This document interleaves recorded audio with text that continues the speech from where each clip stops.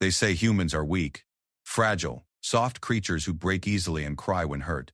The Galactic Academy believed this too, which is why they thought pushing Sarah Chen off the 50-story dormitory roof would be the end of their human problem. What they didn't know was that Sarah had spent 12 years as a Navy SEAL, Had survived 3 tours in hostile territories, and had been dropped from aircraft into enemy zones more times than most beings had nightmares. What they especially didn't know was that humans don't just survive falls, they learn to fly. Sometimes the best way to show your strength isn't by fighting back. Sometimes it's by doing the impossible when everyone expects you to die. This is the story of how one human's weakness became the galaxy's greatest lesson in underestimating Earth's children. Sarah Chen had been awake for 73 hours straight, and her body felt every second of it. The Galactic Naval Academy's simulation chambers didn't care about human sleep cycles, and neither did her alien classmates. She pushed through the automated doors of Dormitory Complex 7, her combat boots echoing against the polished metallic floors that seemed to stretch endlessly in every direction. The Academy was a marvel of engineering, built on the neutral moon of Kepler Station. Massive towers reached toward the artificial atmosphere dome, housing cadets from 47 different species across the galaxy. Each structure was designed to accommodate various atmospheric requirements, gravity preferences, and biological needs. For humans, this meant constantly feeling like a square peg being forced into a round hole. Sarah's quarters were on the 48th floor, a placement that wasn't accidental. The Academy's administration claimed it was random assignment, but she'd noticed that all the weaker species, humans, Delians, softshells from Proxima, were housed in the upper levels. Stronger species like the rock-skinned Gornathi and the massive Titan breed stayed closer to the ground. The message was clear: if you're fragile, you better learn to climb. The elevator hummed as it carried her upward, past floors filled with beings that could crush her skull with their bare hands or poison her with a casual touch.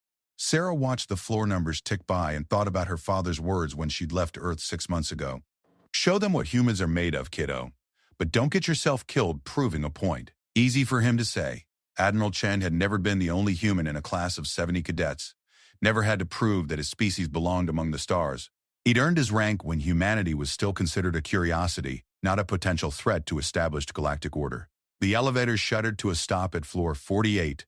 Sarah stepped out into the common area, where several of her fellow cadets were gathered around the massive viewing window that offered a spectacular view of Kepler Station's main shipyard.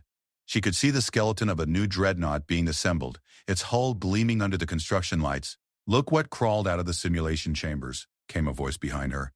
Sarah turned to see Vexillar approaching, his reptilian features twisted in what passed for amusement among his species. The Saurian stood nearly 8 feet tall, his scaled hide tough enough to deflect small arms fire. Behind him walked his usual companions, Thok, a bear-like Ursinian whose claws could slice through starship hull plating, and Zaron, whose forearms and venomous spines made her one of the most dangerous creatures in their class. "Vexillar," Sarah acknowledged with a nod. She'd learned early that showing fear only made things worse with predatory species. "How did your combat assessment go?" "Perfect scores across the board," he hissed, moving closer. "But I heard you barely passed the zero-gravity maneuvers. Having trouble with your human limitations?" Sarah had indeed struggled with the zero-gravity simulation. Humans weren't naturally adapted for 3-dimensional movement the way many other species were. While Vexillar could use his powerful tail for guidance, and Thok had an innate sense of spatial orientation, Sarah had to rely on techniques learned through years of underwater navigation training. It worked, but it wasn't pretty. "I passed," she said simply. "Same as you." Thok's laugh was a rumbling sound that seemed to shake the floor. "Barely passing isn't the same as excelling, little human. My cubs back on Ursinia could outperform your entire species in combat trials." Sarah bit back her first response. She'd learned that engaging in verbal sparring with beings who could literally eat her face was generally poor strategy. Instead, she tried to move toward the corridor that led to her quarters. But Zarian smoothly blocked her path. All 4 arms crossed in a display that was both intimidating and oddly graceful. "We've been discussing something," Zarian said, her voice carrying the melodic quality common to her species, "about the upcoming field exercises." The field exercises were a month-long training program that would take place on various worlds throughout the sector. It was considered the most challenging part of academy training, designed to push cadets to their absolute limits. Sarah had been looking forward to it, despite the obvious dangers. "What about them?" she asked. "We think it might be unsafe for someone of your physical limitations to participate," Vexillar said, his forked tongue flicking out to taste the air. Humans are so fragile. One mistake, one little accident, and Earth's precious little experiment in galactic integration comes to an end. Sarah felt her jaw tighten. This wasn't the first time her classmates had suggested she didn't belong here. The Galactic Naval Academy had only recently begun accepting human cadets, and many species saw it as a political gesture rather than a recognition of human capabilities. Some, like Bexlar's people, had openly opposed human inclusion in the academy. "I could handle myself," she said. "Can you?" Thoke leaned down, bringing his massive head closer to her level. His breath smelled like raw meat and ozone. "You couldn't even complete the mountain climbing simulation without assistance. How do you expect to survive actual combat conditions?" That stung because it was partially true. The mountain climbing simulation had been brutal, designed for species with natural climbing abilities or enhanced strength. Sarah had completed it, but she'd needed to use climbing gear that other species considered cheating. The fact that human military doctrine emphasized using every available tool and advantage was apparently lost on her critics. "The field exercises aren't a game, human," Zarin added, her secondary arms moving in what Sarah had learned was a threatening gesture among her people. "Real weapons, real environments, real consequences. Species have died during these exercises." "I'm aware of the risks," Sarah replied, though she was beginning to feel distinctly outnumbered. Several other cadets had gathered around, drawn by the conversation. She recognized most of them, beings from species that considered humans to be barely evolved primates playing at being spacefaring. "Are you?" Vexler's voice dropped to a more threatening register. "Because we've been reviewing your performance records. Your combat scores are adequate but unimpressive. Your physical assessments put you in the bottom 10% of our class. Your technical knowledge is good, but that won't help you when plasma bolts start flying." Sarah's hands clenched into fists at her sides. Everything he was saying was technically accurate, but it ignored context. Human combat doctrine was built around teamwork, strategy, and technology. Individual physical prowess was important, but it wasn't everything. Her species had learned to compensate for their physical limitations through intelligence, adaptability, and sheer stubborn determination. "My species didn't conquer half their homeworld by being the strongest," she said quietly. "We did it by being smarter." This caused a ripple of what sounded like laughter among the gathered aliens. Thoke's massive paw patted her shoulder with what was probably meant to be condescending gentleness, but felt like being hit with a sledgehammer. "Intelligence is valuable," he rumbled. "But it can't stop a blade from piercing your heart or prevent atmospheric decompression from boiling your blood. Physical weakness is a liability in military operations." Sarah looked around at the circle of alien faces surrounding her. Some showed open hostility, others seemed merely curious about how the confrontation would play out. A few appeared almost sympathetic, though none seemed inclined to speak up on her behalf. She thought about the selection process that had brought her here. Out of thousands of human applicants, only 12 had been chosen for the academy. Sarah had been selected not just for her academic achievements or military background, but because the selection committee believed she could represent humanity's potential among the stars. "I didn't come here to prove humans are the strongest species in the galaxy," she said, raising her voice so the growing crowd could hear her clearly. "I came here to prove we belong here." "And how exactly do you plan to do that?" Vexler asked, his tail swishing behind him in agitation. "By continuing to barely meet minimum standards? By requiring accommodations and special equipment? By demonstrating that humans need constant assistance to survive in environments that other species find routine?" The words hit harder than Sarah wanted to admit. She had required accommodations for some of the training exercises. Human atmospheric and nutritional needs were different from most other species, and the Academy had made special arrangements to ensure her health and safety. In her mind, this was simple logistics, but she was beginning to understand that many of her classmates saw it as evidence of human inadequacy. "Maybe," Thok suggested with another rumbling laugh, "the humans should withdraw from the field exercises voluntarily. Save everyone the trouble of explaining to Earth Command why their representative came home in a body bag." "Or several body bags," added another voice from the crowd. Sarah turned to see Krexith, an insectoid being whose species was known for their brutal honesty. "Humans are remarkably easy to damage, very little armor value." Sarah felt her temper rising, but she forced herself to remain calm. Losing control now would only prove their point about human emotional instability. Instead, she took a deep breath and tried to project confidence she didn't entirely feel. "I appreciate your concern for my welfare," she said, her voice carefully controlled. "But I'll be participating in the field exercises as planned." The alien faces around her showed various expressions of disbelief, amusement, and what might have been disappointment. Vexlar's tongue flicked out again, and his eyes narrowed to slits. Perhaps we haven't made ourselves clear, he hissed. This isn't a suggestion. The temperature in the room seemed to drop several degrees. Sarah suddenly became very aware of how isolated she was. The nearest Academy security station was 3 floors down, and even if she could reach it, what would she report? That her classmates were expressing concerns about her safety? Technically, they hadn't threatened her directly. I understand your position, Sarah said carefully. But my participation in the field exercises isn't subject to a vote by my classmates. Zara Ann stepped closer, her forearms shifting position in a way that made Sarah's combat instincts scream warnings. Perhaps it should be. After all, we're the ones who'll have to carry your broken body back to the extraction point when you inevitably fail. Or pieces of it, Toke added helpfully. Sarah's mind raced through possible responses. She could try to diffuse the situation with humor, but alien concepts of humor were unpredictable. She could appeal to Academy regulations, but that would make her look like she was hiding behind rules instead of standing on her own merit. She could try to leave, but the circle of hostile beings around her suggested that wasn't going to be easy. I think, she said slowly, that you're all underestimating what humans are capable of. This statement was met with what could only be described as contemptuous silence. Vexlar's head tilted to one side in a gesture that, among his species, indicated complete dismissal of whatever had just been said. Really? He said. And what exactly are humans capable of that the rest of us should find impressive? Sarah felt a familiar sensation in her chest, the same feeling she'd experienced before every major operation during her SEAL career. It was a combination of fear, excitement, and absolute determination. Her teammates used to call it her game face. You want a demonstration? She asked quietly. The aliens exchanged glances. Several of them seemed genuinely surprised by her response. Apparently, they'd expected her to back down or ask for help. What kind of demonstration? Zara Ann asked, her voice carrying a note of caution. Sarah looked around the circle of faces, then walked over to the massive viewing window.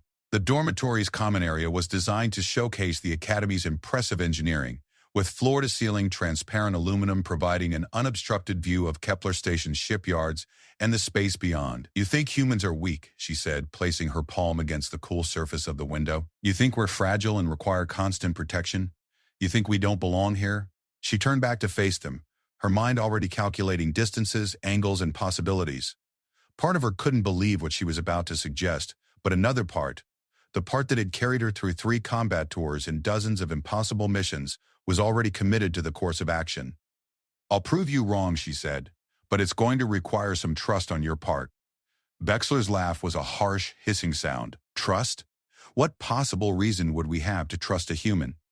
Sarah smiled, and something in her expression must have been unsettling because several of the aliens took an unconscious step backward. It was the same smile she'd worn during her first Halo jump, when her instructor had asked if she was ready to throw herself out of an aircraft at 30,000 feet. Because, she said, I'm about to show you something no other species in this academy has ever attempted. The silence that followed was pregnant with curiosity and skepticism. Sarah could see the calculations going on behind alien eyes as they tried to figure out what she could possibly mean. And what might that be? Doc asked, his massive frame shifting slightly as if preparing for some kind of attack. Sarah walked back to the center of the circle, her movements calm and deliberate. She'd learned long ago that projecting confidence was often just as important as actually being confident. I'm going to jump off this building, she said simply. The reaction was immediate and intense. Several aliens made sounds of disbelief. Others began talking rapidly among themselves in their native languages. Vexlar's tail lashed violently, and Zaran's forearms moved in what Sarah now recognized as extreme agitation. That's suicide, Krexith chittered, his compound eyes reflecting the overhead lights. The fall would kill any biological organism. Even Gornathy Stonehide couldn't survive 50 floors of gravitational acceleration. Exactly, Sarah said, which is why it would prove my point. If I can survive something that would kill any of you, maybe you'll reconsider your assumptions about human limitations. The aliens stared at her as if she'd grown a second head. Several were making what she assumed were calculations about human psychology and whether she was exhibiting signs of some kind of mental breakdown. You're talking about committing suicide to prove a point, Vexlar said slowly. That's not bravery, that's insanity. Is it? Sarah asked. Or is it confidence in human ingenuity and adaptability? She could see that she had their attention now. The dismissive attitudes had been replaced by genuine concern and confusion, Several of the aliens were looking toward the exits as if considering whether they should summon security or medical personnel. Let me explain something about humans, Sarah continued, beginning to pace slowly around the circle. We're not the strongest species, and we're not the fastest. Our natural armor is practically non-existent, and we can't survive in hostile environments without technological assistance. The aliens nodded along with this assessment, apparently relieved that she was finally acknowledging reality. But what we are, Sarah went on, is adaptable. We learn. We overcome limitations through intelligence and technology. And most importantly, we never give up. She stopped directly in front of Vexlar, looking up at his towering reptilian form without flinching. So here's my proposal, she said. I'll jump off this building. If I die, you can report to Academy Command that humans are too fragile for advanced training and should be removed from the program. But if I survive, when I survive, you acknowledge that maybe there's more to humanity than you assumed. The silence that followed was deafening. Sarah could hear the ambient sounds of the Academy around them, air circulation systems, distant conversations, the hum of the massive gravitic generators that kept the station functioning. But in their immediate circle, no one seemed to be breathing. Finally, Doc spoke. What you're proposing is impossible. The physics alone. Are you willing to bet on that? Sarah interrupted. Because I am. She walked back to the viewing window and pressed her hands against the transparent aluminum. 50 floors below, the Academy's service levels spread out like a metallic landscape. Emergency landing platforms jutted out from various levels, designed to catch falling objects or provide staging areas for maintenance crews. The Academy's emergency response systems are active, she said, as much to herself as to the aliens behind her. Automated medical teams, gravitational field generators for debris control, atmospheric processors to prevent vacuum exposure. She turned back to face the crowd, which had grown larger as word spread about the strange confrontation taking place in the 48th floor common area. So what do you say? She asked. Are you willing to let me prove what humans are really made of? The crowd had grown to nearly 30 beings from various species, word having spread through the dormitory complex with the speed that only shocking news could achieve. Sarah stood at the center of it all, her back to the massive viewing window, feeling the weight of their stares like a physical pressure against her skin. Vexlar was the first to break the silence, his reptilian features twisted in what might have been confusion or concern. You're seriously suggesting you can survive a 50-floor fall? I'm not suggesting it, Sarah replied calmly. I'm stating it as fact. Commander Tisazera pushed through the crowd, her crystalline form refracting the overhead lights in patterns that indicated high emotional stress. The Selenite officer served as the dormitory's resident advisor and was responsible for cadet welfare.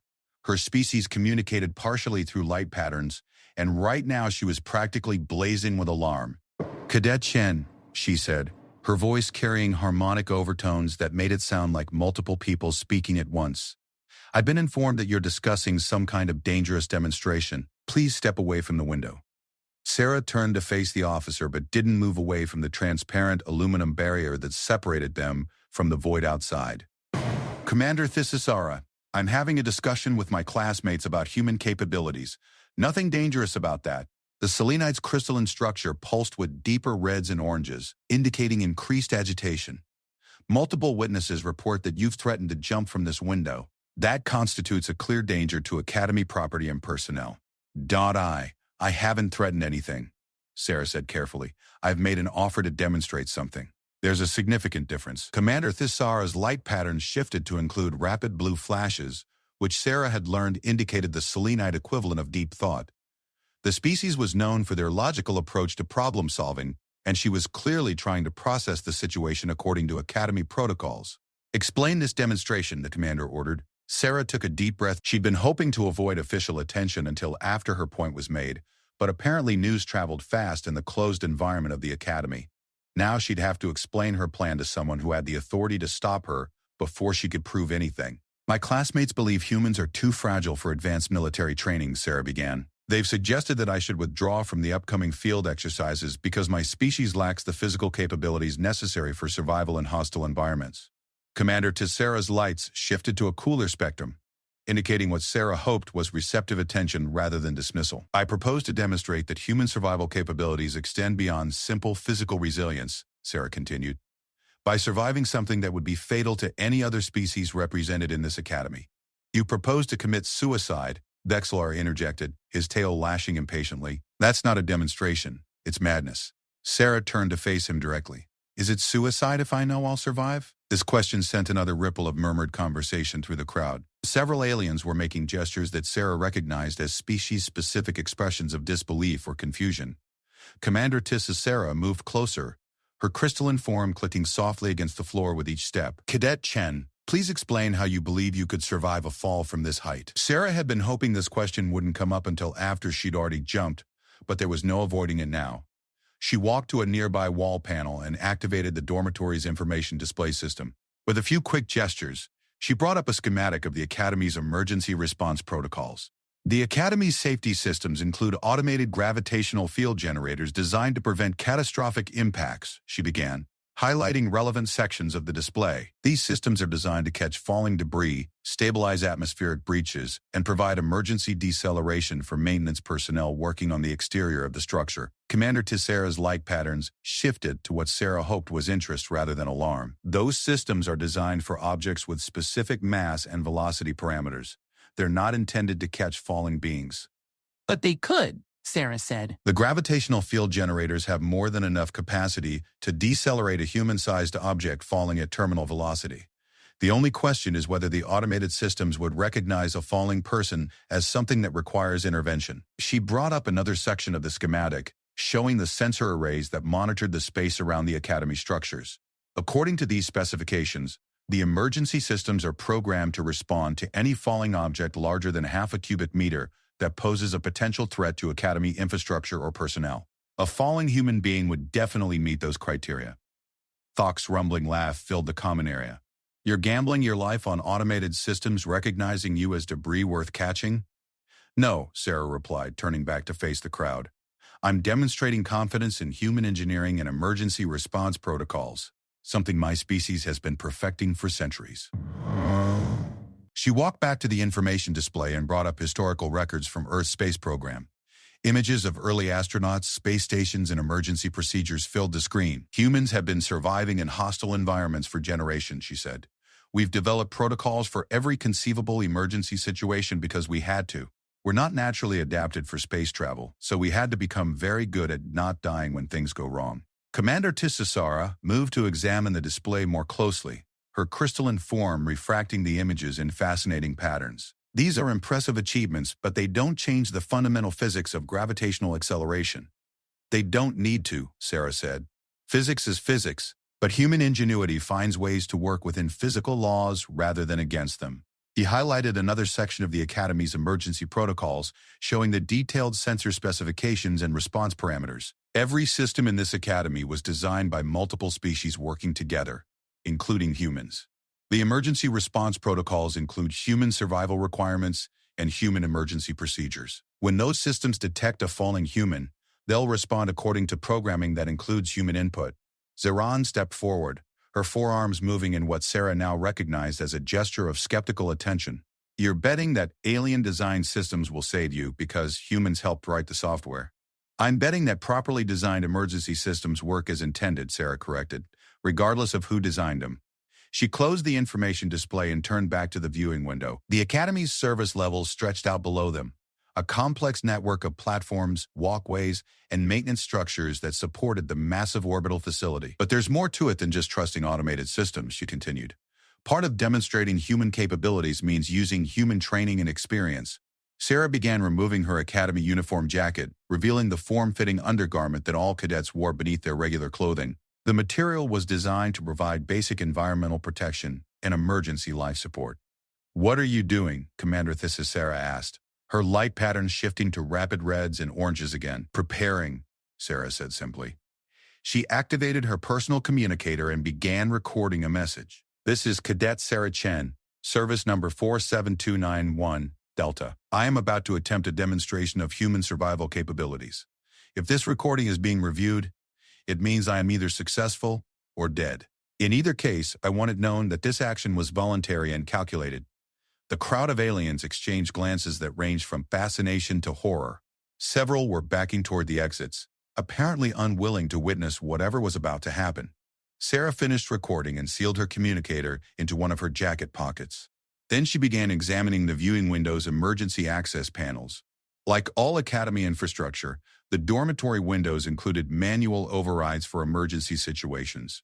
Cadet Chen, Commander Tisses said, her voice taking on harmonic frequencies that Sarah had learned indicated official authority. I am ordering you to step away from that window and report to medical evaluation. Sarah paused in her examination of the access panels. Commander, with respect, I haven't violated any Academy regulations. I haven't threatened any person or property. I'm engaging in a calculated demonstration of species capabilities, which falls under the Academy's mandate to explore the potential of all member races. The selenite's crystalline form pulsed with rapid, complex patterns that Sarah couldn't interpret. Whatever emotional state those lights represented, it probably wasn't good.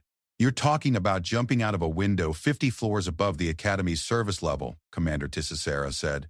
How is that not threatening Academy property? Because I'm not going to damage anything, Sarah replied. The emergency systems will engage. I'll be safely decelerated and recovered, and everyone here will have witnessed a demonstration of human confidence in properly designed safety protocols. She found the manual override panel she'd been looking for and began entering the access codes that all cadets were required to memorize for emergency situations. Besides, she added, if I'm wrong about the safety systems, the only thing I'll damage is myself, and that's a risk I'm willing to take to prove a point. The access panel chimed softly and turned green, indicating that the window's emergency locks were disengaged. Sarah could now manually open a section of the viewing window large enough for a person to pass through. The reaction from the crowd was immediate and intense. Several aliens began making sounds that Sarah assumed were expressions of alarm in their native languages. Others started backing toward the exits, apparently unwilling to witness what they clearly believed was about to be a suicide. This is insane, Vexlar hissed, but he made no move to stop her. You're going to kill yourself to prove a point that doesn't need proving. Sarah turned to face him directly. What point would that be? That humans are reckless and unpredictable, Doc rumbled. Not exactly the impression you want to make on behalf of your species. Or, Sarah said, beginning to work on the Windows manual release mechanism, it demonstrates that humans are willing to take calculated risks that other species wouldn't consider because we have confidence in our technology and training. The Windows section began to slide open, allowing the artificial atmosphere of the Academy to flow out into the controlled environment of Kepler Station. Emergency alarms immediately began sounding throughout the dormitory level, their piercing tones designed to alert all personnel to potential atmospheric breach. Commander Tissazara's crystalline form was now blazing with light patterns that hurt to look at directly. Cadet Chen, close that window immediately. You're triggering emergency protocols throughout the entire complex. Good, Sarah said, stepping up to the opening. That means the safety systems are working as designed. She looked out through the opening at the vast space beyond. The Academy's service levels spread below her like a metallic landscape, dotted with landing platforms, maintenance structures, and emergency staging areas. The distance to the nearest solid surface was approximately 800 meters, more than enough for the Academy's emergency systems to detect and respond to a falling object. Last chance to reconsider, Zoran said, though her tone suggested she didn't really expect Sarah to back down. Whatever point you're trying to make, it's not worth dying for. Sarah turned back to look at the crowd of alien faces. Some showed genuine concern, others appeared fascinated by the spectacle, and a few seemed to be calculating the social and political ramifications of a human cadet's death during a voluntary demonstration. You're right, she said. No point is worth dying for. But this isn't about dying, this is about living. She climbed up onto the window frame, her feet finding purchase on the narrow ledge that ran along the outer edge of the viewing window. The Academy's artificial gravity held her firmly in place, but she could feel the vast, empty space pulling at her consciousness like a physical force. Sarah, Commander Tissacera said, and it was the first time the Selenite had used her first name instead of her rank and surname. Please reconsider. Whatever you're trying to prove, there must be a safer way. Sarah looked back at her, seeing something that might have been genuine concern in the complex light patterns playing across the crystalline officer's surface. Commander, she said, sometimes the only way to prove you belong somewhere is to do something nobody else would dare attempt. She activated her personal locator beacon, ensuring that Academy Emergency Services would be able to track her position throughout whatever was about to happen. Then she checked the seals on her emergency life support systems one final time. For the record, she called out to the assembled aliens, this isn't about proving humans are better than anyone else. It's about proving we're worthy of standing alongside you. With that, Sarah Chen stepped off the ledge and dropped into the void. The sensation of falling was exactly like she remembered from her Halo training, except for the complete absence of wind resistance in the controlled atmosphere of Kepler Station. She fell in perfect silence, watching the Academy's service levels rush up toward her with steadily increasing speed. Her internal chronometer told her she'd been falling for exactly 4.7 seconds when the first emergency response kicked in. Gravitational field generators throughout the Academy complex activated in sequence, creating a series of deceleration fields designed to slow her descent gradually. Sarah felt the first field catch her at approximately the 30th floor level, reducing her velocity by roughly 20%. The sensation was like falling through increasingly thick liquid, each field providing more resistance than the last. Her training had prepared her for the disorientation that came with rapid changes in gravitational force, but the experience was still overwhelming. At the 20th floor level, the Academy's automated medical systems locked onto her position and began transmitting emergency protocols directly to her personal equipment. Her life support systems activated automatically, flooding her bloodstream with oxygen-rich compounds and stabilizing medications designed to prevent shock and organ damage. By the 15th floor level, her descent had slowed enough that she could actually see the emergency response teams mobilizing on the platforms below. Figures in Academy emergency gear were setting up what looked like additional safety equipment, though the automated system seemed to be handling the situation exactly as designed. At the 10th floor level, Sarah's velocity had been reduced to approximately what a human might achieve jumping off a 2-story building, still potentially dangerous, but well within survivable parameters. The gravitational fields continued to slow her descent, and she could see that her trajectory was being guided toward one of the larger emergency platforms. At the 5th floor level, she was moving slowly enough to wave at the emergency response teams below, though she wasn't sure they could see the gesture through their equipment. The automated systems announced her arrival with a series of harmonic tones that indicated successful emergency recovery procedures. Sarah touched down on emergency platform 7 Alpha with roughly the same impact force as stepping off a high curb. Her legs absorbed the minimal shock easily, and she stood up to find herself surrounded by Academy emergency personnel who looked both relieved and completely bewildered. "Are you injured?" asked the first responder to reach her, a medic whose species Sarah didn't immediately recognize. "Do you require immediate medical attention?" "I'm fine," Sarah replied, though she submitted to the standard medical scans that were part of Academy emergency protocols. Everything went exactly as planned. Through her personal communicators, she could hear the chaos erupting in the dormitory complex 50 floors above. Alien voices were expressing shock, disbelief, and what sounded like heated arguments about what they had just witnessed. Commander Tissa Sara's voice came through the emergency response channel, her harmonic tones now carrying frequencies that Sarah had learned indicated confusion and concern rather than anger. "Cadet Chen, please report your status immediately." "Status is green across all systems," Sarah replied. "Emergency demonstration completed successfully. No injuries, no property damage. All safety protocols functioned as designed." There was a long pause before the commander responded. "Report to Dormitory Complex 7 Common Area immediately for debriefing." Sarah looked around at the emergency response teams who were beginning to stand down their equipment. Several of them were staring at her with expressions that she was learning to recognize as alien equivalents of amazement. "Copy that, Commander. On my way." The return journey to the 48th floor took considerably longer than her descent, involving 3 different elevator systems and a series of security checkpoints where Academy personnel verified her identity and medical status. By the time she reached the dormitory common area, word of her successful demonstration had spread throughout the entire Academy complex. The crowd waiting for her was significantly larger than the one she'd left behind. It seemed like half the cadets in the Academy had gathered to see the human who had jumped off a 50-story building and lived to tell about it. Sarah walked through the crowd, noting the expressions on alien faces that ranged from shock to admiration to what might have been fear. The contemptuous dismissal she'd seen earlier was notably absent. Vexler stood exactly where she'd left him, but his posture had changed dramatically. The aggressive stance was gone, replaced by something that might have been respect, or at least a recognition that his previous assumptions might have been incorrect. "So," Sarah said, stopping directly in front of him, "do you still think humans are too fragile for field exercises?" The silence in the common area was so complete that Sarah could hear the ambient hum of the Academy's life support systems cycling through their regular maintenance routines. Vexlar stared at her for what felt like an eternity, his reptilian features cycling through expressions that she'd never seen before.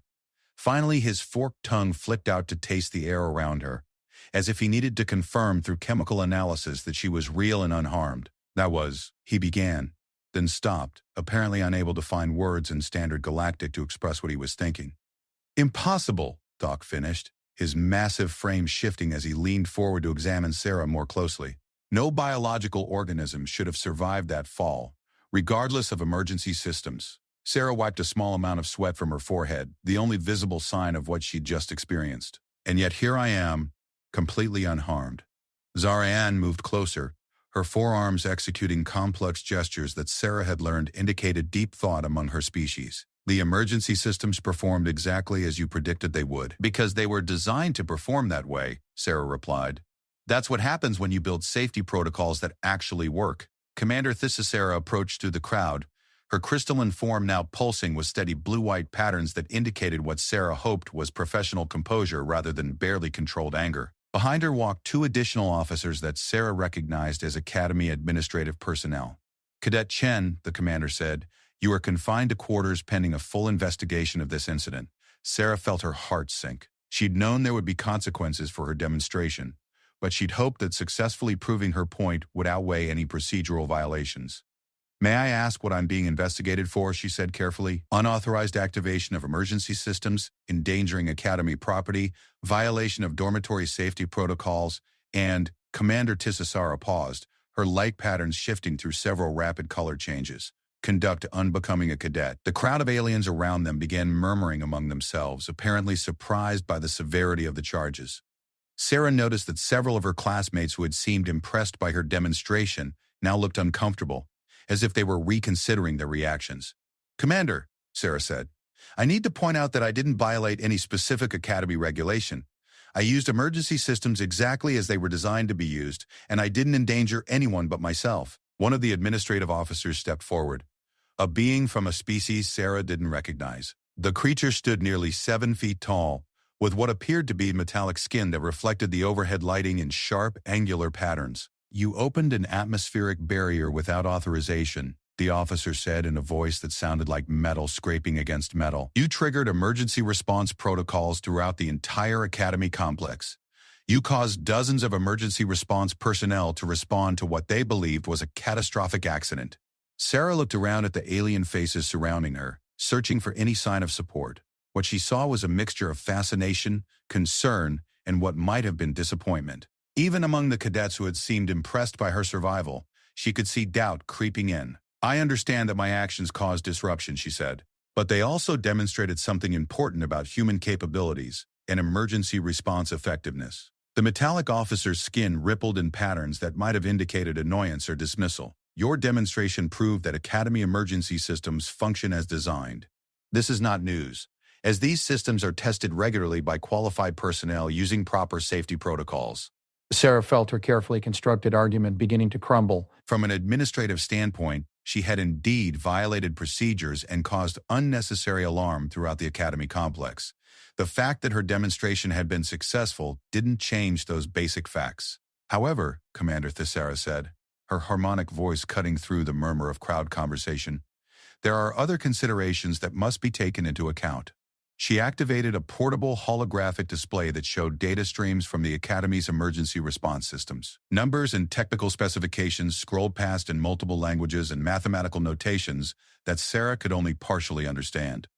In the 17 years since the Academy's emergency systems were installed, they have been activated for genuine emergencies exactly 43 times, the commander continued. In 37 of those cases, the system successfully prevented casualties. In 6 cases, beings were lost due to system limitations or response delays. The crowd listened with the kind of attention usually reserved for combat briefings or examination results. Sarah could see that even the administrative officers seemed interested in what the commander was saying. Today's incident represents the first time these systems have been deliberately activated by someone with complete confidence in their effectiveness, Commander Thisacera went on. The psychological and tactical implications of this confidence are significant. Sarah felt a spark of hope. Maybe someone in the Academy's command structure understood what she'd been trying to prove. Furthermore, the commander added, the incident has provided valuable data about system response times, effectiveness parameters, and integration protocols that would have been impossible to gather through normal testing procedures. The holographic display shifted to show a detailed analysis of Sarah's fall and rescue, with precise measurements of gravitational field engagement times, deceleration rates, and medical monitoring protocols. From a purely technical standpoint, the metallic administrative officer admitted reluctantly The data gathered from this incident will improve our emergency response capabilities for all Academy personnel. Sarah looked around at her assembled classmates and saw something she hadn't expected. Not just for her survival, but for the implications of what her demonstration had revealed about human psychology and tactical thinking. Wexler stepped forward, his tail swishing, and what Sarah had learned was a gesture of formal attention among his people. "Commander, if I may speak." Commander Thesera's light patterns shifted to what Sarah hoped was receptive attention. "Proceed, Cadet Wexler." "My species has a saying," the reptilian being said, his voice carrying a formality that hadn't been there during their earlier confrontation. "The warrior who fears death fights with half strength, but the warrior who conquers death fights with the strength of legends." He turned to look directly at Sarah, and she could see something in his alien features that might have been admiration, or at least grudging acknowledgement. "What the human accomplished today was not recklessness," he continued. "It was the demonstration of absolute confidence in her technology, her training, and her species' ability to engineer solutions to impossible problems." Thok rumbled his agreement, the sound vibrating through the floor beneath their feet. "In my culture, we honor beings who face certain death without fear. But we reserve our greatest honor for those who face certain death with such confidence that they transform it into certain survival." Sarah felt a strange sensation in her chest that took her a moment to identify. It was pride, not just in her own accomplishment, but in the recognition that her alien classmates were finally beginning to understand what humanity brought to the galactic community. Zara moved closer, her forearms executing a complex pattern that Sarah recognized as a formal gesture of respect among her species. The human calculated risks that we would consider impossible to survive. She demonstrated mastery over fear, technology, and environment simultaneously. Other voices began joining in, cadets from species throughout the Academy expressing similar sentiments. Sarah realized that what she'd intended as a simple demonstration of human capabilities had become something much more significant. Commander Thesera raised one crystalline appendage for silence, and the crowd immediately quieted. "The Academy's position on this incident will be determined by Admiral Korthak and the senior command staff. Until that determination is made, Cadet Chen will remain confined to quarters." Sarah nodded acceptance of the order, though she couldn't help feeling disappointed that her demonstration might still result in disciplinary action or even expulsion from the Academy. "However," the commander continued, "I will be recommending that this incident be classified as an unauthorized but valuable training exercise rather than a disciplinary matter." The crowd erupted in sounds that Sarah had learned represented approval and excitement among various alien species. Even the metallic administrative officers seemed to be making gestures that might have indicated agreement. "Commander," Sarah said, "I want to be clear about something. I didn't do this to show off or to prove that humans are superior to other species. I did it because I believe that every species in the Academy brings unique capabilities to our shared mission." Commander Thesera's light patterns shifted to what Sarah had learned indicated thoughtful attention. Explained. Sarah looked around at the crowd of alien faces, seeing curiosity and interest where there had been dismissal and contempt earlier. "My species learned to survive by working with our environment instead of trying to dominate it. We build tools and systems and protocols because we have to. We can't rely on natural armor, or enhanced strength, or poisonous spines." She gestured toward Wexler, Thok, and Zara Ann in turn. "Each of your species has incredible natural advantages, but sometimes those advantages can become limitations. When you're naturally strong, you might not develop technology to make you stronger. When you're naturally armored, you might not develop systems to protect you from new kinds of threats." The aliens were listening intently now, and Sarah could see that her words were resonating with at least some of them. "Humans survive by assuming that everything can kill us and then figuring out how to not die anyway," she continued. "That makes us very good at building safety systems, emergency protocols, and backup plans." Commander Thesera moved closer, her crystalline form refracting the overhead lights and patterns that created rainbow effects on the nearby walls.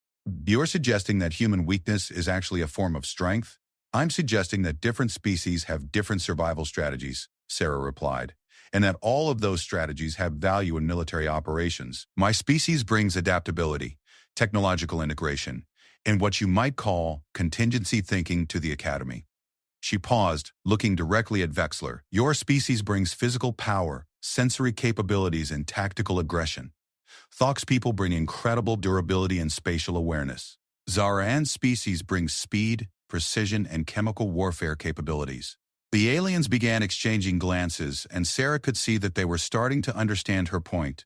The academy isn't supposed to produce identical soldiers, she went on. It's supposed to produce officers who can work together using their different capabilities to solve problems that no single species could handle alone.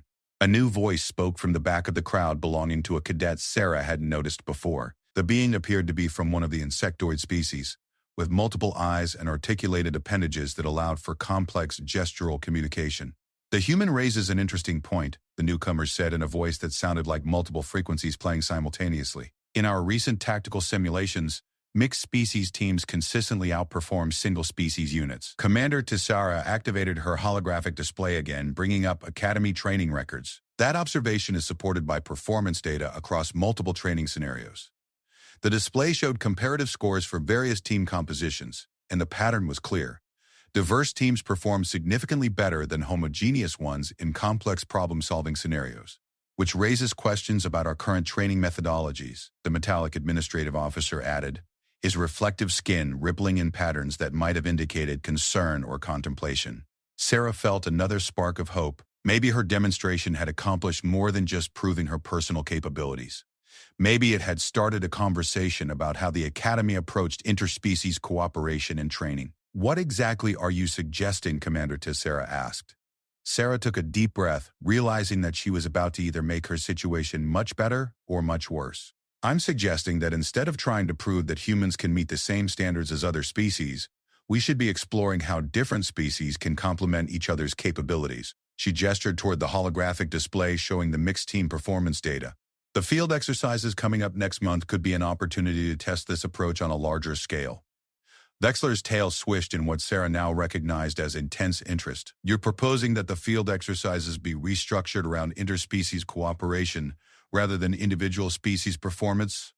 I'm proposing that we find out what happens when teams are built around complementary capabilities rather than similar ones, Sarah said. Ursinian durability, supported by human technological integration. Arachnid precision enhanced by human adaptability. The crowd was becoming more animated now, with cadets from different species beginning to discuss the possibilities among themselves. Sarah could hear fragments of conversation in multiple languages as beings who had rarely worked together began considering how their capabilities might complement each other. Commander Thesara's light patterns had shifted to complex, rapidly changing configurations that Sarah couldn't interpret. The Selenite officer stood silently for several minutes while the crowd discussed Sarah's proposal. Finally, she spoke. Cadet Chen, you are still confined to quarters pending administrative review. However, I will be forwarding your suggestions about field exercise restructuring to the Academy command staff along with my report on today's incident.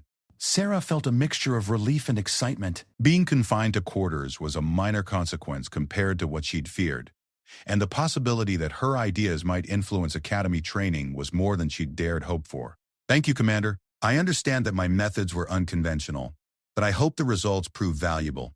Commander Thesara moved closer, her crystalline form now pulsing with steady, warm colors that Sarah had learned indicated approval or satisfaction. Cadet Chen, she said quietly, in my years at this academy, I have seen many demonstrations of physical courage, intellectual ability, and technical skill.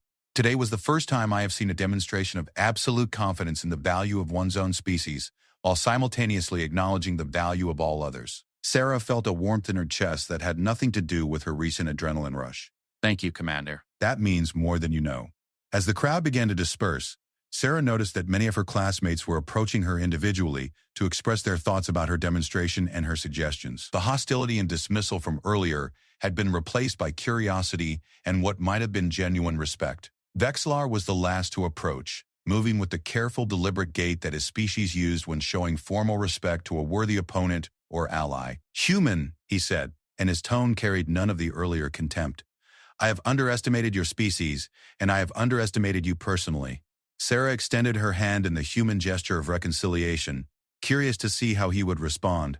After a moment's hesitation, Vexlar extended his own clawed appendage and carefully grasped her hand without applying enough pressure to damage her much more fragile bones. I look forward to working with you during the field exercises, she said. Assuming I'm allowed to participate after this incident. Vexlar's mouth opened slightly, and what she'd learned was his species equivalent of a smile. After what I witnessed today, I believe the Academy would be foolish to prevent your participation. As Sarah made her way back to her quarters, she reflected on the events of the day. She'd started out trying to prove that humans deserved a place at the academy. Somehow she'd ended up demonstrating that the academy itself might need to rethink its approach to interspecies cooperation. The next few days would determine whether her gamble had paid off or whether she'd end up as a cautionary tale about human recklessness. But for the first time since arriving at the academy, Sarah felt like she truly belonged there. 3 days after her impromptu demonstration of gravitational confidence, Sarah sat in her quarters reviewing academy regulations and wondering if she'd destroyed her military career before it had properly begun. The confinement order had been lifted that morning, but she'd been instructed to report to Admiral Korthak's office at 1400 hours for what the message had described as administrative consultation regarding recent incidents and future training protocols.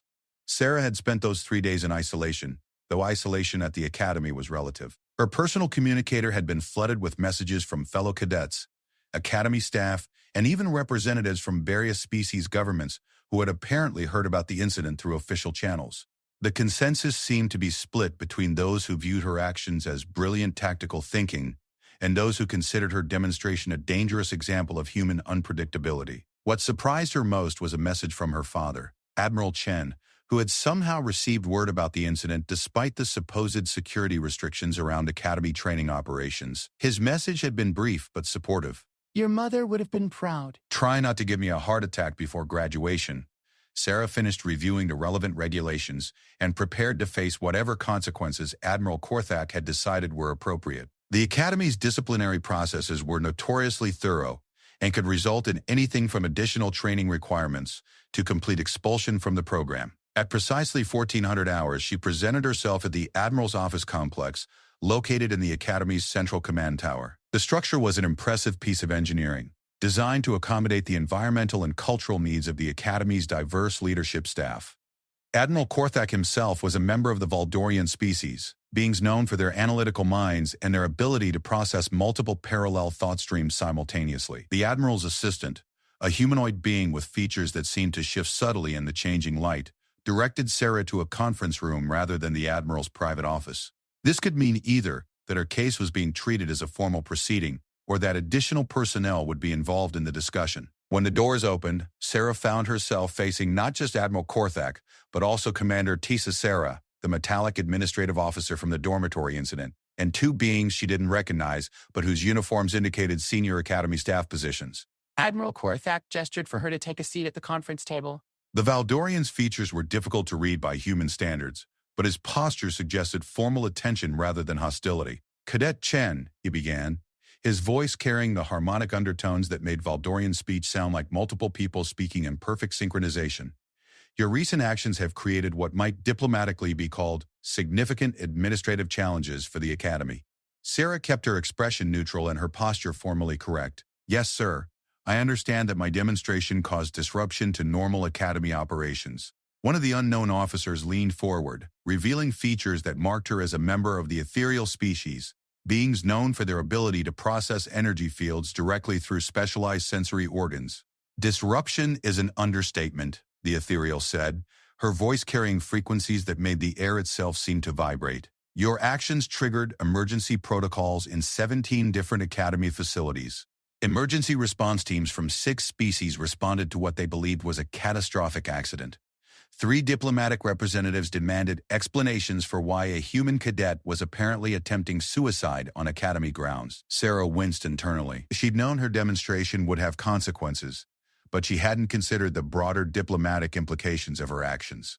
Admiral Korthak activated a holographic display that showed what appeared to be communication logs and official reports. We have received formal inquiries from the Human Colonial Authority, the Saurian Military Hierarchy, the Ursinian Defense Council, and 12 other governmental and military organizations requesting clarification about Academy safety protocols and human psychological fitness for military training. The scope of the response was overwhelming. Sarah had intended to prove a point to her classmates, not create a diplomatic incident that involved half the governments in the known galaxy. However, Admiral Korthak continued, and Sarah caught a note in his harmonic voice that might have been amusement, we have also received several requests for detailed technical specifications of our emergency response systems, along with inquiries about human training methodologies and tactical doctrine. The metallic administrative officer, whom Sarah now noticed bore insignia indicating he was actually a member of the Academy's senior tactical staff, activated another section of the holographic display.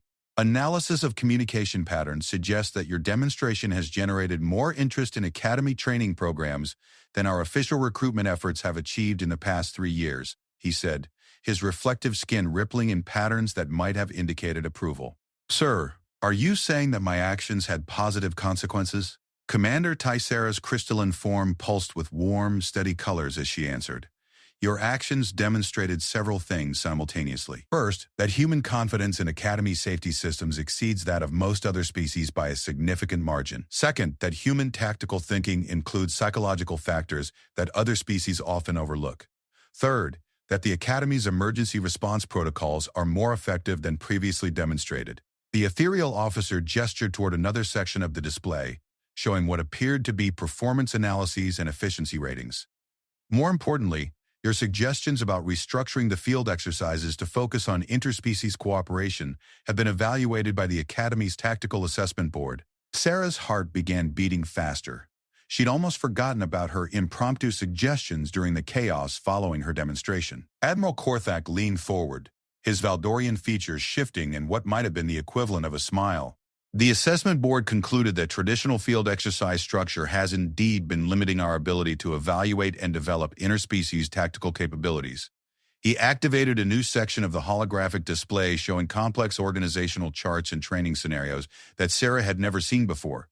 Beginning with next month's exercises, participating cadets will be organized into mixed species teams designed to maximize complementary capabilities rather than similar ones, the Admiral continued.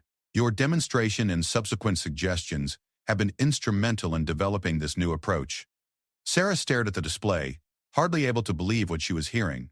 Her desperate attempt to prove human worthiness had somehow resulted in fundamental changes to Academy training doctrine. Furthermore, the metallic tactical officer added, your psychological profile and tactical assessments have been reviewed by specialists from multiple species. The consensus is that your actions represent a form of tactical thinking that could prove valuable in actual combat situations. The ethereal officer gestured toward yet another display showing what appeared to be combat scenario analyses. The ability to maintain absolute confidence in technological systems while simultaneously calculating acceptable risk levels is a rare combination. Most beings either trust technology completely and fail to prepare for system failures, or they distrust technology and fail to utilize its full capabilities. Sarah was beginning to understand that her demonstration had been interpreted very differently by the Academy's senior staff than she had expected. Your species appears to have developed a psychological approach that balances technological dependence with contingency planning, Admiral Korthak observed. This could prove extremely valuable in military operations where equipment failure or system compromise are constant possibilities. Commander Thisara moved closer to the display, her crystalline form casting complex light patterns across the projected data. We would like to offer you an opportunity to participate in developing the new field exercise protocols. Sarah felt her jaw drop slightly before she managed to regain her composure. Ma'am, I'm still a first-year cadet. Surely there are more qualified personnel for protocol development. The Admiral's harmonic voice carried what was definitely amusement now. Cadet Chen, you have just demonstrated tactical thinking that our senior tactical staff had never previously considered. Your lack of qualifications may actually be an advantage in developing innovative training approaches. The metallic officer activated another display showing detailed specifications for the upcoming field exercises. The new protocols will test mixed species teams in scenarios that require integrated tactical thinking rather than simple physical or intellectual challenges. Sarah studied the information, seeing complexity that went far beyond traditional Academy training exercises. The scenarios involved multiple environments, unexpected system failures, resource limitations, and psychological stress factors that would challenge every aspect of cadet training. These exercises look significantly more challenging than the standard protocols, she observed. They are, the ethereal officer confirmed, and they will require team leaders who understand how to integrate diverse capabilities under stress. We believe you would be well suited for such a leadership role. Sarah's mind raced through the implications. Being offered a leadership position in the redesigned field exercises was an incredible opportunity, but it also meant taking responsibility for the success or failure of mixed species teams in unprecedented training scenarios. What exactly would my role be, she asked. Admiral Korthak gestured toward a section of the display that showed command structure diagrams. You would serve as tactical coordinator for one of the experimental mixed species teams. Your responsibilities would include developing integrated operational protocols, managing interspecies communication and coordination, and adapting human tactical doctrine to coordinate alien capabilities. The scope of the responsibility was both exciting and terrifying. Sarah would be working with beings whose capabilities and limitations she was only beginning to understand, developing tactical approaches that had never been tested, and doing it all under the scrutiny of Academy senior staff who would be evaluating the effectiveness of the new training protocols. I'm honored by the offer, Sarah said carefully, but I have to ask, what happens if the new protocols don't work? What if mixed species teams perform worse than single species units? Commander Tissera's like patterns shifted to what Sarah had learned indicated thoughtful consideration. That would be valuable data as well. The Academy's mission is to develop the most effective possible military training programs. If interspecies cooperation proves less effective than current methods, we need to know that. The metallic officer's skin rippled in patterns that might have indicated agreement. However, preliminary analysis suggests that mixed species teams have significant advantages in complex scenarios. Your demonstration proved that human tactical thinking includes factors that other species often overlook. Admiral Korthak leaned back in his chair, his Valdorian features settling into an expression that might have been satisfaction. Cadet Chen, your actions 3 days ago forced us to reconsider fundamental assumptions about Academy training methods. The opportunity we're offering you is a chance to help develop training protocols that could influence military doctrine throughout the galaxy. The weight of that responsibility settled on Sarah's shoulders like a physical force. She thought about her father's career, about the human colonies that depended on effective integration with alien military forces, about the classmates who had initially dismissed her species as too weak for serious military consideration. There's one more factor to consider, the ethereal officer added. Your demonstration generated significant interest among the cadet population. Many beings who had never previously considered working with other species are now requesting assignment to mixed species teams. Sarah looked at the displays showing communication logs and assignment requests, seeing her name mentioned in dozens of reports and recommendations. Apparently, her leap from the dormitory window had started conversations that were spreading throughout the Academy. In particular, Commander Tissera noted, Cadets Vexillar, Thok, and Zaraan have specifically requested assignment to your experimental team. That surprised Sarah more than anything else she'd heard. The 3 beings who had been most hostile to her presence at the Academy were now volunteering to work under her leadership. They believed that working with human tactical doctrine could improve their own capabilities, the Admiral explained. Your demonstration convinced them that humans bring unique advantages to military operations. Sarah took a deep breath, feeling the weight of decision pressing down on her. Accepting the position would mean taking enormous risks with her Academy career and potentially setting precedents that would affect human integration into galactic military forces for generations. Admiral, she said, if I accept this position, what support will be available for developing the new protocols? You'll have access to Academy tactical databases, simulation facilities, and consultation with senior staff from all Academy species, the metallic officer replied. Additionally, you'll be working with other cadets who have been selected for their ability to adapt to new operational paradigms. Admiral Korthak activated a final display showing the complete organizational structure for the experimental field exercises. The Academy is committing significant resources to this project. Cadet Chen, your demonstration proved that our current understanding of interspecies capabilities has been limited. Sarah studied the information, seeing the scope of what the Academy was proposing. Mixed species teams, integrated command structures, tactical protocols that combine multiple species doctrines, and evaluation criteria that would measure cooperation as much as individual performance. When would these exercises begin, she asked. In 3 weeks, Commander Thisera replied, which means protocol development begins immediately. 3 weeks to develop completely new tactical approaches, integrate multiple species capabilities, and prepare teams for exercises that would determine the future of Academy training. The timeline was ambitious to the point of being potentially impossible. But then again, Sarah reflected, 3 days ago she'd jumped off a 50-story building because she believed in the effectiveness of systems that no one had ever tested under those conditions. Admiral, she said, straightening in her chair and meeting his gaze directly, I accept the position. The harmonic tones of Admiral Korthak's voice carried what was unmistakably satisfaction. Excellent. Your first assignment will be to meet with your team members and begin developing integrated tactical protocols.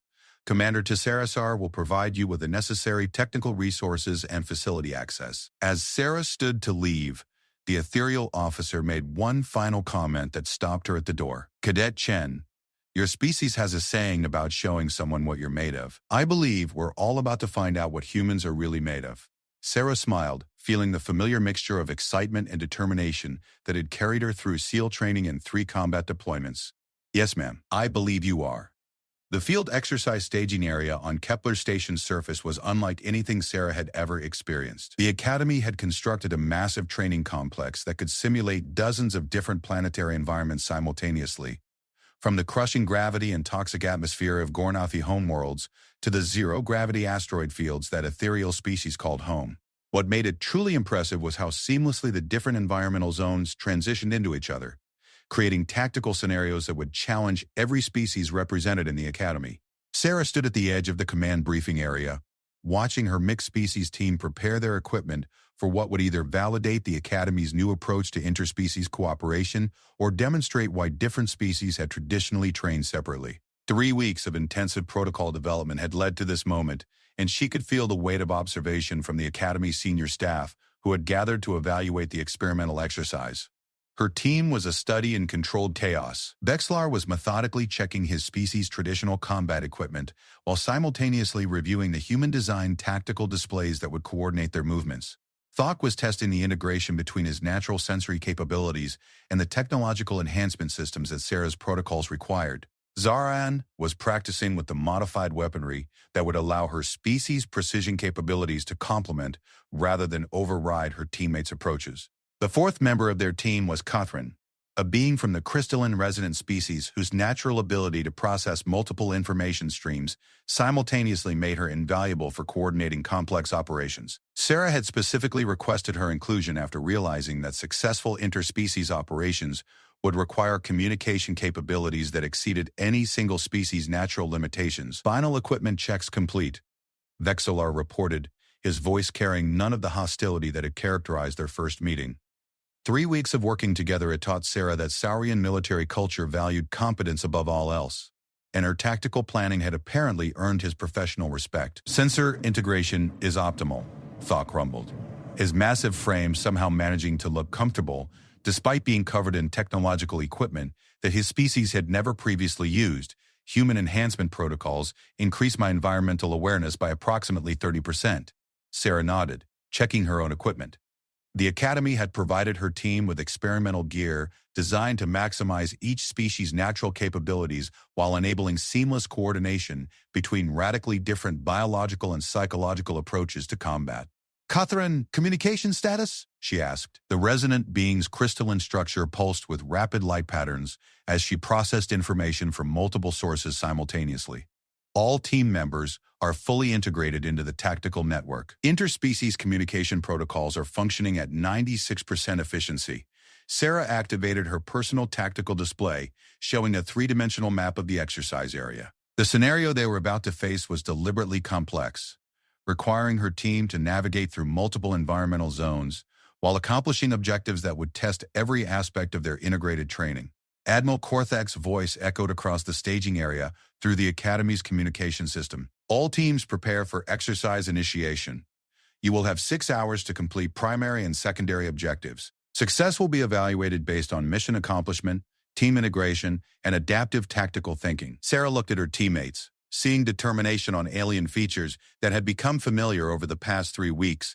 The initial skepticism and hostility had been replaced by something that felt remarkably like trust. Remember, she said, we're not trying to prove that any one species is superior. We're proving that cooperation multiplies capability rather than just adding it. The exercise began with her team being inserted into a simulated asteroid mining facility that was experiencing catastrophic system failures.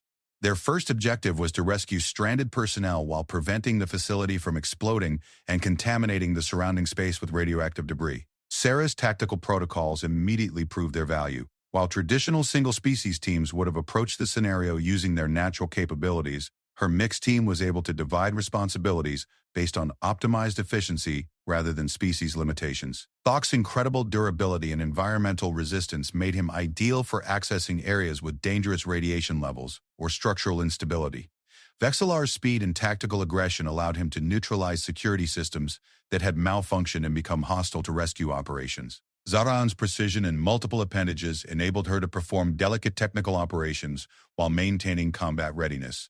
Catherine's ability to process multiple information streams allowed her to coordinate their movements with an efficiency that would have been impossible using traditional communication methods. And Sarah's role was to integrate these capabilities into tactical approaches that maximized each team member's effectiveness while compensating for their individual limitations. The rescue operation succeeded ahead of schedule, but that was only the beginning of the exercise. As her team moved deeper into the training complex, the scenarios became progressively more challenging and more designed to test the limits of interspecies cooperation. In the toxic swamp environment of the second zone, Sarah's contingency planning proved crucial when the standard environmental protection equipment failed and her team had to adapt using only their natural capabilities and improvise solutions. While other teams might have retreated or called for equipment replacement, Sarah's protocols allowed them to continue the mission by redistributing roles based on each species' environmental tolerances.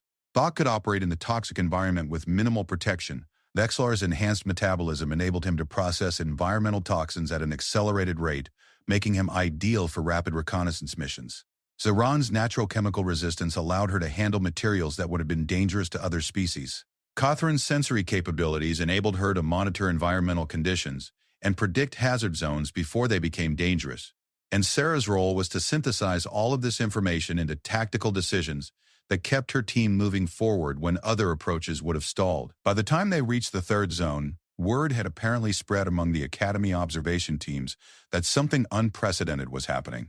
Sarah noticed increasing numbers of senior staff members gathering at observation stations, and her team's communication network was picking up excited conversations among Academy personnel. The third zone presented them with a space combat scenario involving multiple hostile vessels, complex orbital mechanics, and time-critical objectives that required split-second coordination between team members operating in different environments simultaneously. This was the kind of scenario that had traditionally been considered impossible for mixed-species teams due to the communication delays and coordination challenges involved. But Sarah's protocols had anticipated this kind of challenge. Rather than trying to maintain centralized command and control, her team operated using distributed decision-making authority that allowed each member to optimize their individual contributions while maintaining overall mission coherence. Vexillar took primary responsibility for ship-to-ship combat, his species' tactical aggression and rapid reaction times, making him ideal for the high-speed maneuvering required in space combat. Thok focused on defensive operations and damage control, his durability allowing him to operate in areas where other beings would have been incapacitated by acceleration forces or system damage. Zarahan handled precision targeting and technical warfare using her species' natural accuracy to disable enemy systems without causing unnecessary destruction. Catherine maintained tactical awareness across the entire battle space, processing sensor data from multiple sources and predicting enemy movements based on patterns that would have overwhelmed any single consciousness. Sarah's role was to orchestrate these individual capabilities into a coherent tactical approach that accomplished mission objectives while adapting to rapidly changing battlefield conditions. Her training as a Navy SEAL had prepared her for the kind of multidimensional thinking required to coordinate complex operations under stress, but working with alien teammates whose capabilities far exceeded any human abilities required entirely new approaches to leadership and tactical planning. The space combat scenario concluded with her team achieving primary and secondary objectives while sustaining minimal damage to their equipment and no injuries to simulated personnel. As they transitioned to the fourth zone, Sarah realized that they were operating at efficiency levels that exceeded anything in Academy training records. The fourth zone tested their capabilities in an urban warfare environment that required delicate balance between achieving military objectives and protecting civilian populations. This scenario was designed to evaluate not just tactical effectiveness, but also ethical decision-making under pressure.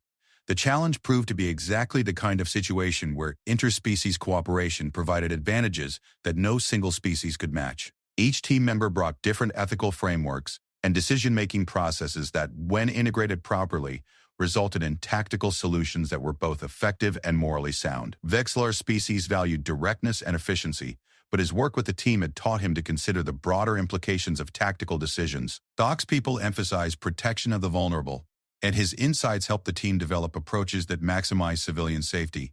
Sarandan's culture prioritized precision and minimizing unintended consequences, ensuring that their actions achieved intended effects without creating additional problems. Catherine's species had developed sophisticated ethical frameworks for processing competing moral imperatives, and her guidance helped the team navigate situations where traditional military doctrine conflicted with humanitarian concerns. Sarah's human perspective contributed concepts of proportional response and long-term consequence evaluation that helped integrate all these different approaches into coherent tactical decisions. The urban scenario concluded with complete mission success and 0 civilian casualties, results that impressed even the Academy's senior staff who had been skeptical about the new training protocols. The fifth and final zone presented her team with the ultimate test, a scenario that required them to work with other teams in a complex multi-unit operation that would stress every aspect of interspecies cooperation and coordination. Sarah found herself coordinating not just with her own team members, but with beings from species she had never worked with before, using communication protocols that had never been tested under actual operational conditions, and making tactical decisions that would affect dozens of beings from radically different backgrounds and capabilities. The scenario involved a planetary evacuation operation complicated by hostile forces, environmental hazards, and equipment limitations that required constant adaptation and creative problem-solving. Success would depend not just on individual team performance, but on the ability of multiple mixed-species teams to work together effectively. As the operation unfolded, Sarah watched her tactical protocols being adopted and adapted by other teams in real time. The approaches that had seemed experimental and uncertain 3 weeks earlier were now being implemented across multiple units, creating emergent tactical capabilities that no one had anticipated. The evacuation operation succeeded beyond all expectations, with mixed-species teams demonstrating coordination and effectiveness that exceeded anything in Academy records. As the exercise concluded, Sarah realized that she had witnessed something unprecedented, the birth of truly integrated interspecies military doctrine. Admiral Korthak's voice echoed across the exercise area as teams began their post-operation procedures. Exercise termination confirmed. All teams report to debriefing stations for performance evaluation. As Sarah's team made their way to their assigned debriefing area, she noticed something that filled her with pride and satisfaction. Teams from other species were approaching her teammates, asking questions about the tactical protocols they had used, expressing interest in learning more about interspecies cooperation approaches. The hostility and skepticism that had characterized her early days at the Academy had been replaced by curiosity and respect. Her demonstration 3 weeks earlier had started a conversation about human capabilities, but the field exercise had proven that cooperation between species could achieve results that none of them could accomplish alone. During the debriefing session, Admiral Korthak presented performance analyses that exceeded even Sarah's optimistic expectations. Her team had completed all objectives in record time while maintaining 0 casualty rates and achieving efficiency ratings that were literally off the Academy's standard measurement scales. But more importantly, the exercise had demonstrated that mixed-species teams could be not just functional, but superior to traditional single-species units in complex operational scenarios. Cadet Chen, Admiral Korthak said as the debriefing concluded, "Your tactical protocols will be formally adopted as standard Academy training doctrine. The approaches you developed will influence military cooperation throughout the galaxy." Sarah looked around at her teammates, seeing satisfaction and pride on alien faces that had become as familiar to her as family. Vexillar's reptilian features showed the Saurian equivalent of deep respect. Thok's massive frame radiated the contentment that his species exhibited when they had successfully protected others. Zarian's forearms moved in patterns that indicated joy and accomplishment. Katarin's crystalline structure pulsed with harmonious light patterns that suggested profound satisfaction. "Sir," Sarah replied, "the protocols only work because each species brings unique capabilities to the team. No single approach could have achieved these results." Admiral Korthak's Valdorian features shifted in what Sarah had learned was their version of approval, which is exactly the lesson that the Academy needed to learn. Your demonstration showed us what humans are capable of individually. This exercise showed us what all of our species can accomplish together. As Sarah left the debriefing area, she reflected on the journey that had brought her to this moment. She had come to the Academy hoping to prove that humans deserved a place among the stars. Instead, she had helped prove that every species deserved to work together in exploring what they could accomplish as partners rather than competitors. Her personal communicator chimed with an incoming message from her father. Admiral Chen's note was brief but carried weight that went far beyond its simple words. "The Academy reports indicate you've done more than prove humans belong in space. You've helped prove that space belongs to all of us working together. Your mother would be proud, and so am I." Sarah smiled, looking out through the observation windows at the stars beyond Kepler Station. Somewhere out there were worlds that would benefit from the cooperation her team had demonstrated, challenges that would require the combined capabilities of multiple species working together, and opportunities that no single race could explore alone. The alien cadets who had pushed her off the roof had been trying to prove that humans didn't belong at the Academy. Instead, they had helped her prove that the Academy's future lay in bringing all species together in ways that none of them had previously imagined. And Sarah Chen, former Navy SEAL and current architect of interspecies military cooperation, was ready to help make that future a reality.